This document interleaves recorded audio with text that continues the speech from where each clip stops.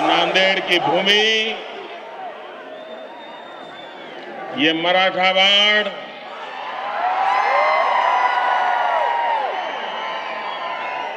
गुरु गोविंद सिंह जी के चरण रथ से पावन हुई ये धरती देश और दुनिया को वीरता, त्याग, तपस्या, बलिदान इसकी प्रेरणा देने वाली ये धरती है। मैं धरती को नमन करता हूं।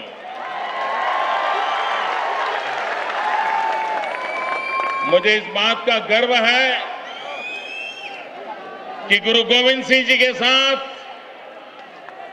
हमारा बड़ा सीधा नाता है। सीधा नाता इसलिए है कि गुरु गोविंद सिंह जी के जो पहले पंच प्यारे थे, उन पहले पंच प्यारे में एक गुजरात का था,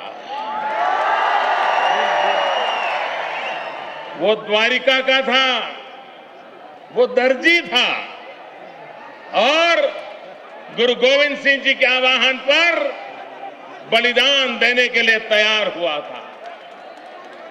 और उसी की स्मृति में हमारे यहां गुरु गोविंद सिंह जी की स्मृति में एक बहुत बड़ा भव्य अस्पताल हमने बनाया है। भाइयों बहनों, मैं पिछले चुनाव में भी आया था।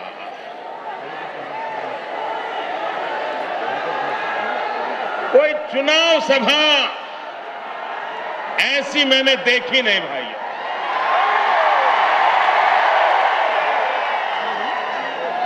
चुनाव सभा में ऐसा मानव सागर, और भाइयों बहनों, आप 2-2 घंटे से ये चमचमाती धूप में तप रहे हो, बिना पानी तरस रहे हो। भाइयों बहनों, आपकी ये तपस्या, आपका यह प्यार मराठावाड़ के मेरे प्यारे भाइयों बहनों, जब गरीब इंसान को प्यार मिलता है, आशीर्वाद मिलता है, तो जीवन भर के लिए वो उसका दास हो जाता है। मैं गरीब परिवार से पैदा हुआ हूं और इतना प्यार आज आपने मुझे आपका दास बना दिया है।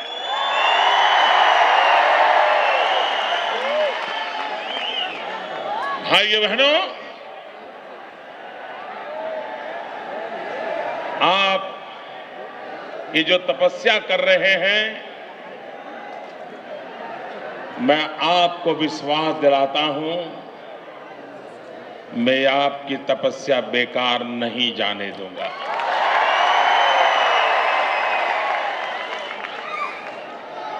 भाइयों बहनों,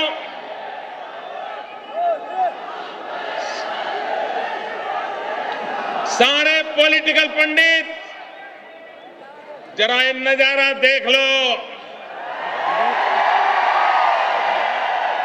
हवा का रुख क्या है, आंधी चल रही है, आंधी भाइयों। और मैंने कहा था, जैसे जैसे मतदान का दिवस नजदीक आएगा, ये आंधी सुनामी में बदल जाएगी और देश को लूटने वाले, देश को बर्बाद करने वाले इस सुनामी में बच नहीं पाएंगे। ये जनता जनार्दन की आवाज है। भाइयों बहनों, चुनाव तो हमने बहुत देखे हैं। राजनीतिक दल चुनाव लड़ते हैं, प्रत्याशी चुनाव लड़ते हैं, लेकिन ये पहला चुनाव मैं देख रहा हूं जो चुनाव दल नहीं लड़ रहा है, देश लड़ रहा है। जनता जनार्दन चुनाव लड़ रही है। भाइयों बहनों, एक समय था जब सभी दल इकट्ठे होकर के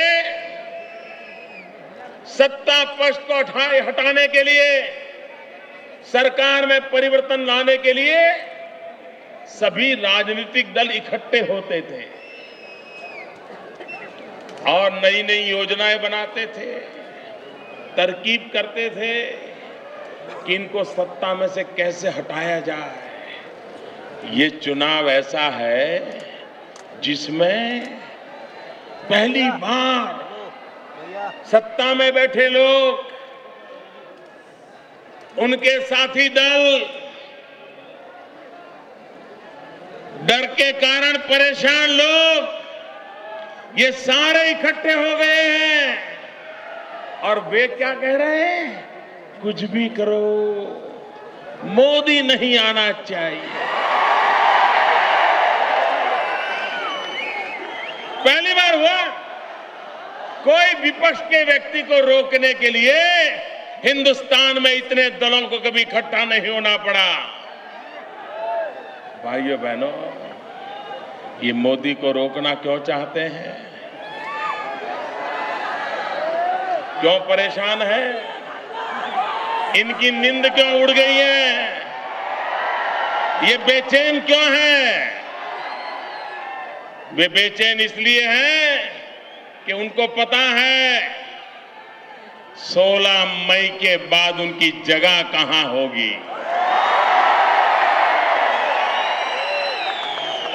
भाइयों बहनों, एक कांग्रेस पार्टी वालों को पहचानना बहुत जरूरी है। हमारे समाज जीवन में कभी भी कोई भाई अपनी बहन का छीन लेता है क्या? जरा मुझे बताइए, कोई भाई अपनी बहन का छीन लेता है क्या? कोई मां बाप अपनी बेटी का कुछ ले लेते हैं क्या? अरे कुछ परिवार तो ऐसे होते हैं, बेटी के घर की चाय तक नहीं पीते हैं। ऐसा ही है ना? ऐसा ही है ना? ये यहां के कांग्रेस के उम्मीदवार ऐसे हैं, अपनी बहन का ही छीन लिया।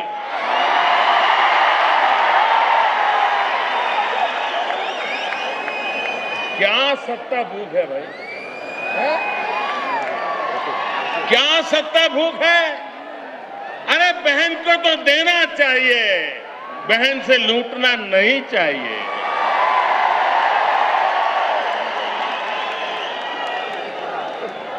और भाइयों बहनों, शहजादे, देश को जवाब दो। देश की आंख में धूल झोंकना बंद करो। आपने दिल्ली में पत्रकार परिषद करके कहा था कि आप भ्रष्टाचार से समझौता नहीं करोगे। कहा था कि नहीं कहा था? कहा था कि नहीं कहा था? अशोक चव्हाण के खिलाफ कार्रवाई होगी, ये कहा था कि नहीं कहा था? क्या टिकट देना ये कार्रवाई है क्या? और बेशर्मी तो देखो, बेशर्मी की हद तो देखो। कांग्रेस पार्टी के नेता कहते हैं कानून उनको चुनाव लड़ने से कोई रोक नहीं सकता है।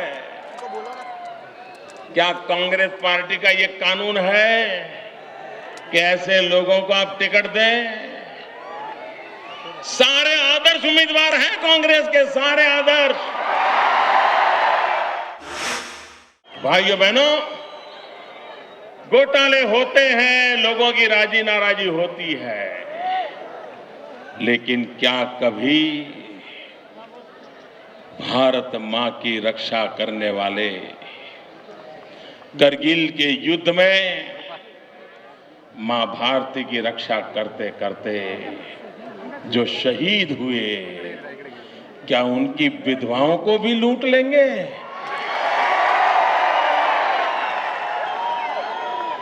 सवाल ये मुंबई की एक इमारत का नहीं है। मुद्दा सामान्य आपके अपने सासू को, अपने परिवारजनों को फ्लैट दे दिए, इतना सीमित नहीं है। कांग्रेस पार्टी का भारत की सेना के प्रति रवैया क्या है, उसका सवाल है भाइयों। क्या देश के लिए मरने वाले जवानों की विधवाओं से भी आप छीन लोगे?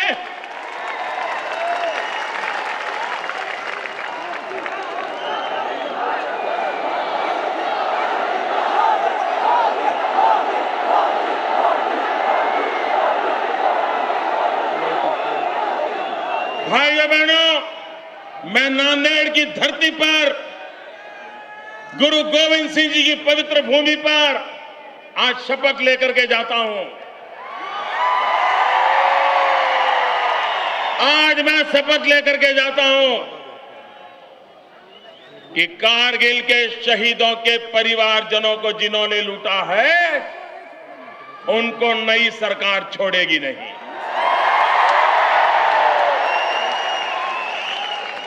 भाइयों बहनों, देश ऐसे नहीं चलता है। और मैं आज सार्वजनिक रूप से कहना चाहता हूं, देश की जनता भारतीय जनता पार्टी की सरकार बनाने वाली है। हम राजनीति में शुद्धिकरण के पक्षकार हैं और इसलिए मैं देशवासियों को आज वादा करता हूं, गुरु गोविंद सिंह जी की इस पवित्र भूमि से वादा करता हूं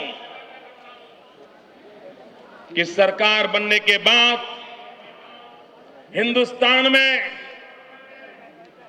किसी भी दल के क्यों न हो, जितने विधायक होंगे, जितने सांसद होंगे और जिन पर अगर कोई भी गंभीर आरोप होंगे, उन पर अगर कोई केस चलते होंगे, तो हम साल भर के अंदर अंदर स्पेशल कोर्ट बिठा करके राजनीतिक अपराधियों को सबसे पहले न्याय करेंगे, सजा दिलवा देंगे। भले उपचुनाव हो जाए, एक साथ शुद्धिकरण हो जाएगा भाइयों। देश की विधानसभाओं का शुद्धिकरण हो जाएगा, देश की लोकसभा का शुद्धिकरण हो जाएगा और एक साल के भीतर भीतर एमएलए एमपी के जितने पेंडिंग केसेस हैं, दूध का दूध पानी का पानी हो जाएगा। झूठे केस हुए हैं वो बच जाएंगे। बेईमानी की है, देश को लूटा है, जनता को परेशान किया है, गुंडागिर्दी की है, हथियार चलाए हैं, वे सारे के सारे जिंदगी भर जेल में काटेंगे। और इसमें मैं किसी भी दल का भेदभाव नहीं करूंगा। सत्ता दल हो या विपक्ष, किसी के बीच में भेदभाव नहीं होगा। एक बार देश में एमएलए एमपी एक शुद्धि का वातावरण बनाया जा सकता है और अगर सामूहिकता के रूप से होगा तो आने वाले दिनों में राजनीतिक दलों को भी टिकट देते समय समझौता करने की नौबत नहीं आएगी। और इसलिए इस समस्या का समाधान करने के लिए, इस समस्या का समाधान के लिए, राजनीति में अपराधीकरण से मुक्ति दिलाने के लिए इस दल को गाली दो, उस दल को गाली दो, इसके बजाय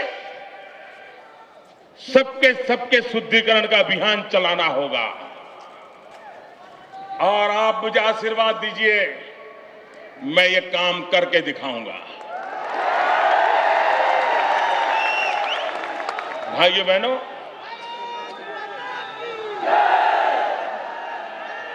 आप मुझे बताइए, जिन्होंने हिंदुस्तान को लूटा है, जिन्होंने गरीबे के पैसे हड़प किए हैं, देश के खजाने से लूटा है और विदेशों में धन जमा किया है।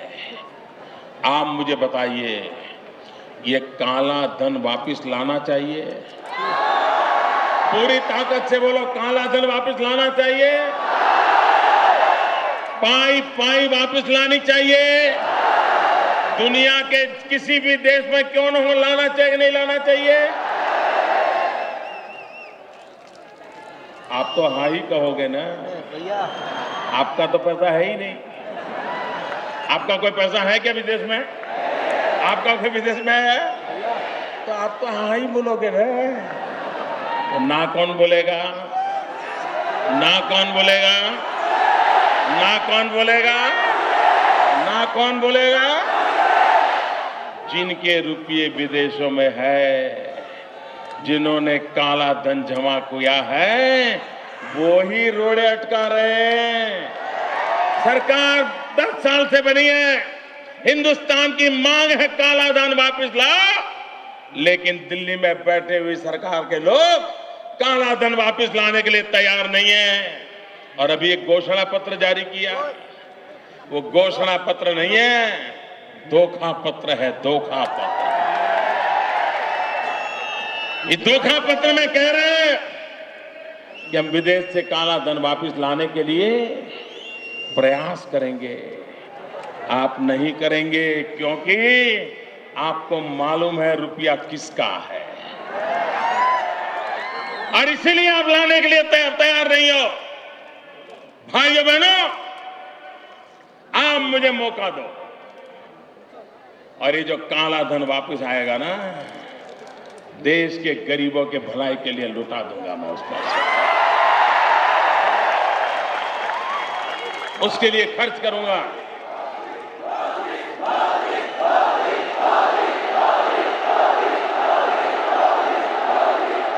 इतना ही नहीं, जो ईमानदार टैक्स पेयर हैं, जो देशभक्त नागरिक हैं, जो बराबर और ज्यादातर वो सैलरी वाले लोग हैं, जिनको बेचारे को चोरी करने का कोई अवसर ही नहीं है, उसका पगार फिक्स है, उसमें से इनकम टैक्स कटना फिक्स है, जो ऐसे नियमित रूप से इनकम टैक्स देते हैं, ये काला धन वापस ला करके उसमें से कुछ परसेंटेज ऐसे ईमानदार लोगों को इनाम में दे दूंगा, मैं इनाम में दे दूंगा।